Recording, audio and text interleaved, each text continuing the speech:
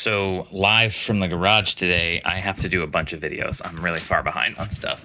I got this little guy, talk about that thing, great for overlanding, obviously super important to keep your places sterile.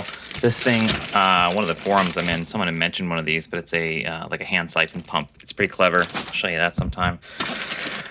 Another company reached out to me and sent me LED headlights, which are ones that you can apparently put into the bulb structure of the OEM bulbs. So these guys will get tested out. They're supposed to be super duper bright. We'll see how they compare to the already LEDs that I have on the Jeep.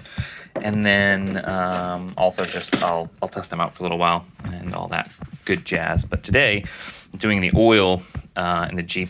Last time I did it was at 12. This is a good habit if you don't have it already, if you do it yourself. I keep a whiteboard with all of it written on it, but I also write on the container when the mileage and the date was, so I know when I should be changing it just by the containers in the garage. And then I bring those, I cross that off and write dirty or old on it, and then bring it in for recycling. Most Walmarts and auto parts store do that for you, so it's pretty handy. Just did that, but I decided I should probably take on the transmission fluid because I've been putting that off for a while. So I have the gasket and the filter from Mopar up there. I've had it in that box up there forever.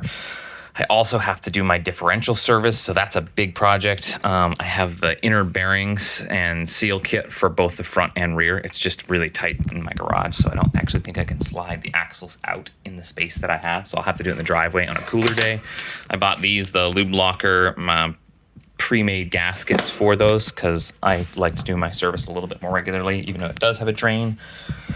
But I figured while I was under there doing the transmission, I would do the transfer case as well. So I dropped the skid plate, which if you're taking that off, I would recommend being very kind to these bolts as they have a good chance of rusting inside there. So I soaked mine for about 2 or 3 hours with PB Blaster first.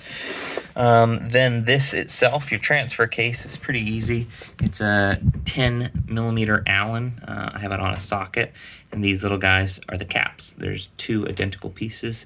This one is the top, which you remove that first, and then you remove the bottom one, lets airflow, and then make sure that you can refill it. The other part of this is that this is obviously similar to a differential where the fill hole is just kind of a pain to fill.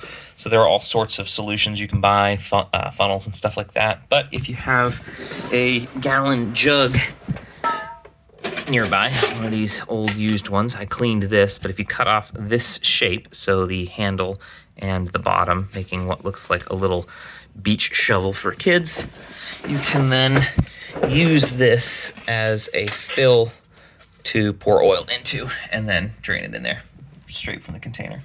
And you obviously don't have to pay anything for it really. If you have one of those just laying around, it's an easy way to recycle or upcycle or whatever you want to call it, material you have to do the job at hand. The transmission is going to be a pain. This is obviously tucked all in there, and those pans they don't ever put a fill or drain rather on the bottom, so you have to take the whole pan out, and when it drops you obviously get fluid everywhere. My attempt is, and I showed it in a previous video, is I have a thin tin baking sheet which I'm going to magnetically stick onto this surface with 4 magnets around the corners, and once these are completely loosened, that will divert all of the fluid going over this edge into the pan, which I'll put a low point at the back over here and let it just drain out. So I'll like kink the edge so it has a little spill out point. But yeah, that's Jeep maintenance day. It's always good to change your fluids and make sure everything's up to par. This fluid actually looked exceptionally good for, I think it probably was done at about 60,000 miles, and now I'm at 114. So it's doing pretty good. But that is the latest Jeep update. Change your fluids, keep your Jeep happy, keep it running strong, and recycle your oils. Auto parts stores do that for you. And keep Jeeping.